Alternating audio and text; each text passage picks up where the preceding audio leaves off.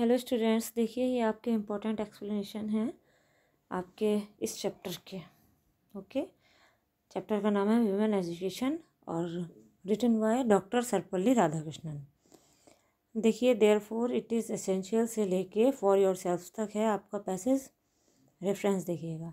These lines have been taken from the lesson women's education written by S Radhakrishnan. ये पंक्तियाँ आपकी पाठ्य पुस्तक वुमेन एजुकेशन से ली गई है, जो कि डॉक्टर राधाकृष्णन द्वारा लिखा गया है। नोट यहाँ पर इसलिए डाल दिया है जिससे कि आपको ये ध्यान रहे कि यही रेफरेंस हर एक्सप्लेनेशन में यूज़ होगा। The above reference will be used for all explanation of this lesson. इस लेसन के जितने भी एक्सप्लेनेशन हैं उनमें यही रेफरेंस यूज़ किया जाएगा। सॉरी, कॉन्टेक्स्ट देखिएगा। The author feels that, author महसूस करता है कि our education is lacking in depth, कि हमारी शिक्षा में गहराई की कमी है। वी में बिकम लर्नड एंड स्किल, हम लर्नड होता है ज्ञानी और स्किल्ड होता है कुशलता जो होती है ना, कौशल रखते हैं हम। वो कहते हैं कि हम ज्ञानी और कुशलवान हो सकते थे। बट लेकिन if we do not have some kind of purpose in our life, लेकिन अगर हम अपने जीवन में किसी प्रकार का कोई उद्देश्य नहीं रखते, आवर लाइफ्स में बिकम ब्लाइंड एंड बिटर, तो हमारा जीवन ब्लाइंड हो गया अंधा और बिटर हो गया कटु, तो हमारा जीवन अंधा और कटु हो सकता है। एक्सप्लेनेशन देखिएगा। टू अवॉइड होता बचना, बिटरनेस कटुता से, एंड ब्लाइंडनेस और अंधपन से इन आवर लाइफ, अपने जीवन में कटुता और जो अंधकार है उससे बचने के लिए इट इज़ नेसेसरी, यह आवश्यक है। नेसेसरी मतलब आवश्यक है। डैट की the education which you gain in the schools and colleges, कि वो शिक्षा जो स्कूल और कॉलेजेस में प्राप्त की जाती है, गेन होता है प्राप्त करना, should not only add to your knowledge and technique, वो ना केवल तुम्हारे ज्ञान और तकनीक को बढ़ाए, but should also provide you with a clearly defined purpose in life, बल्कि वह तुम्हारे जीवन में एक स्पष्ट उद्देश्य को भी दे। यानी केवल ऐसा ना ज्ञान बढ़े, बल्कि जीवन का एक उद्देश्य भी हो।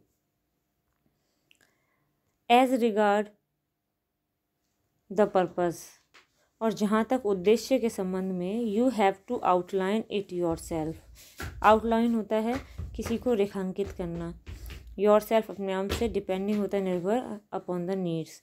और जहाँ तक उद्देश्य के संबंध में बात कही जा रही है, आपको इसे स्वयं की आवश्यकताओं के आधार पर रेखांकित करना होगा। यानी तभी क्या होगा, तभी हमारे देश का अच्छे से डेवलपमेंट हो पाएगा। नेक्स्ट स्टैंजा देखिए। इट इज़ सेड से लेकर है, इट इज़ सेड डेट विद्या से लेकर है प्रेजेंट जनरेशन तक। अब कॉन्टेक्स्ट देखिएगा। Here the author says that the real aim of education is to have a definite purpose of life.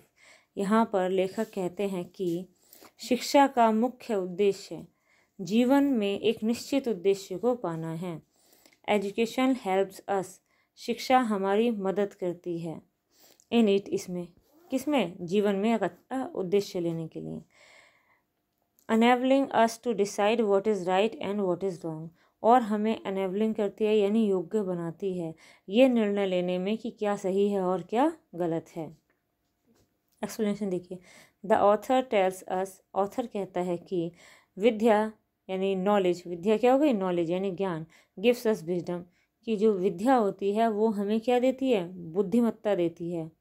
And enables फिर वही हो गया योग्य बनाती है, us to differentiate between right and wrong, और हमें सही और गलत के बीच अंतर करने के योग्य बनाती है। सो इसीलिए द ऑथर एडवाइजेज अस, इसीलिए ऑथर हमें सलाह देता है to find out what is needed in us in the present generation. क्या कहता है, इसीलिए वह हमें सलाह देता है कि हम जो है वर्तमान पीढ़ी की ज़रूरतों को ध्यान में रखते हुए जीवन का उद्देश्य तय करें। ठीक है। The world is very wide and rapidly changing, संसार बहुत बड़ा है, वाइड क्या हो गया, विस्तृत है। एंड रैपिडली होता है तेज़ी से, चेंजिंग बदल रहा है। संसार बहुत बड़ा है और तेज़ी से बदल रहा है। सो इसीलिए द पर्पज़ ऑफ लाइफ, जो जीवन का उद्देश्य है, also changes in change condition. वो भी क्या है, जीवन का उद्देश्य भी हमारा क्या होता है कि बदलती दशाओं के हिसाब से बदलता है। वन पर्टिकुलर पर्पज़, कोई एक विशेष उद्देश्य। पर्टिकुलर हो गया विशेष और पर्पज़ हो गया उद्देश्य।